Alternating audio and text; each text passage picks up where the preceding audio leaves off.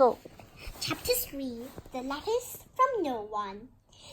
The escape of the Brazilian boa constrictor earned Harry his longest ever punishment. By the time he was allowed out of his cupboard again, the summer holidays had started, and Dudley had already broken his new scene camera, crashed his remote control airplane, and first time on his racing bike, knocked down old Mrs. Fig as she crossed Privet Drive on her crutches. Harry was glad school was over, but there was no escaping Dudley's gang, who visited the house every single day. Pierce, Stannis, Malcolm, and Gordon were all big and stupid, but as Dudley was the biggest and stupidest of the lot, he was a leader. The rest of them were all quite happy to join in Dudley's favorite sport, Harry hunting.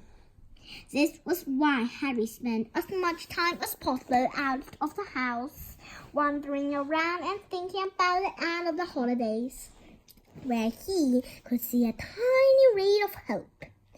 When September came, he would be going off to secondary school, and for the first time in his life, he wouldn't be with Dudley. Dudley had a place at Uncle Vernon's old school, Smeltings. Pierce Porky's was going there too. Harry, on the other hand, was going to Stonewall High, the local comprehensive. Dudley thought this was very funny. They stuck people's heads down the toilet first day at Stonewall, he told Harry. Want to come upstairs and practice? No thanks, said Harry. The poor toilets never had anything as horrible as your had done it. It might be sick. Then he ran before Dudley could work out what he'd said. One day in July, Aunt Petunia took Dudley to London to buy his Smeltings uniform, leaving Harry at Mrs. Fig's. Mrs. Fig wasn't as bad as usual.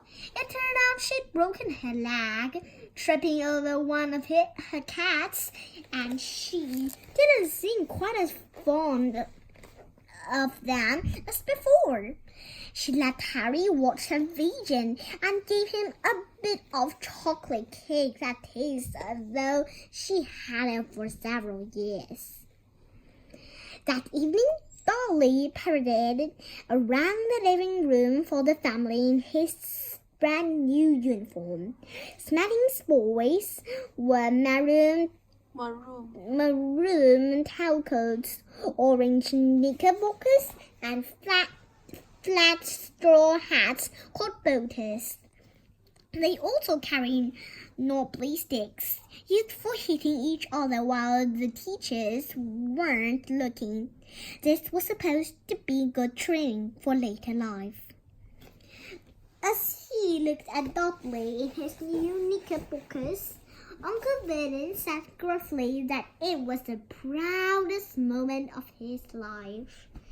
Aunt Petunia burst into tears and said she couldn't believe it was her Uncle Dudley Kings.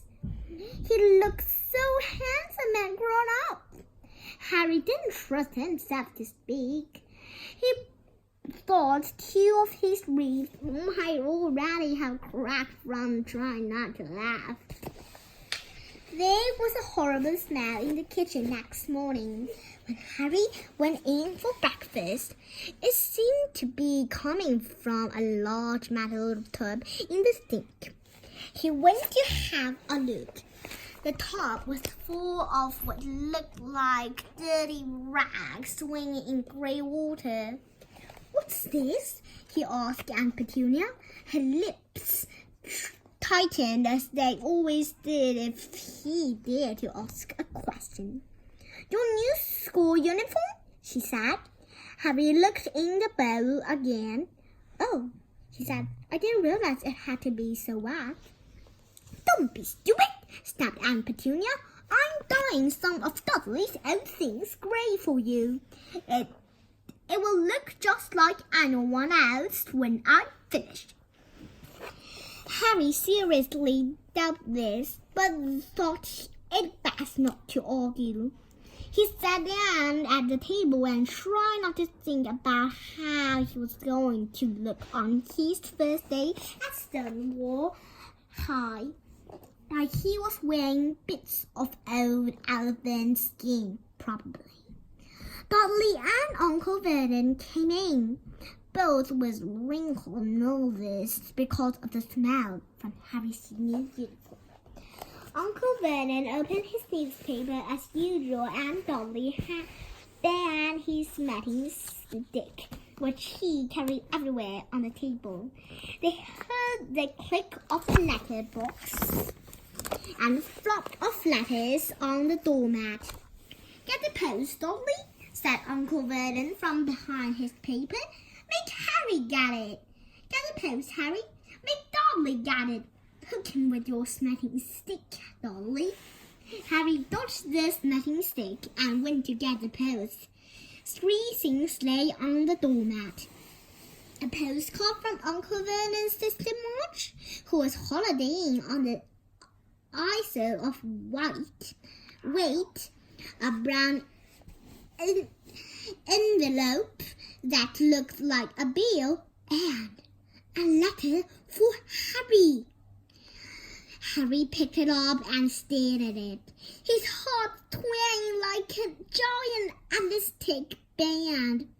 No one ever in his whole life had written to him. Who would? He had no friends, no other relatives. He didn't belong to the library, so he never even got rude notes asking for books back.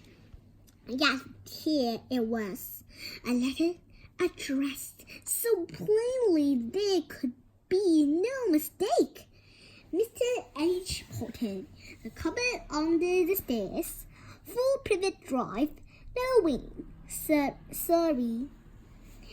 The envelope was thick and heavy, made of yellowish parchment, and the address was written in emerald green ink. There was no stamp. Turning the envelope over, his hand trembling, Harry saw a purple wax seal bearing a coat of arms, a lion, an eagle, a badger, and a snake surrounding a large letter H. "Hurry up, boy!" shouted Uncle Vernon from the kitchen. "What are you doing, checking for letter bombs?" He chuckled at his own joke. Harry went back to the kitchen, still staring at his letter. He handed Uncle Vernon the bill and the postcard, sat down, and slowly began to open the yellow envelope. Uncle Vernon ripped open the bill, snorted in disgust, and flipped over the postcard. "Marge's ill," he informed Aunt Petunia. "Ate a funny walk." "Dad!" said Dolly suddenly. "Dad! Harry's got something!"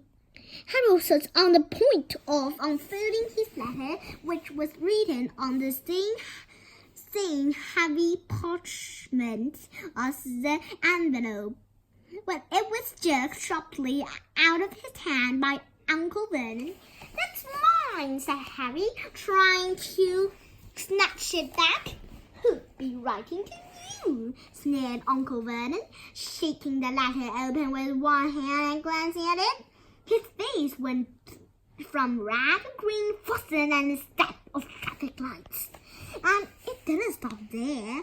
Within seconds, it was the grayish white of old porridge. "Petunia!" he gasped. Dolly tried to grab the letter to read it, but Uncle Vernon held it high out of his reach. And Petunia took it curiously and read the first line. For a moment, it looked as though she might faint. She clutched her throat and made a choking voice. "Vernon! Oh my goodness, Vernon!" They stared at each other, seeming to have forgotten that Harry and Dolly were still in the room. Dolly wasn't used to being ignored. He gave his father a sharp tap on the head with his smelling stick. "I want to read that letter," he said loudly. "I want to read it," said Harry furiously. "It's mine." "Get out, both of you," croaked Uncle Vernon, stuffing the letter back inside its envelope. Harry didn't move. "I want my letter," he shouted. "Let me see it," demanded Dudley. "Out!" roared Uncle Vernon, and he took both Harry and Dudley by the scruffs of their necks and threw them into the hall, slamming the kitchen door behind them. Harry and Dudley property had a furiously but silent fight over who would listen at the keyhole.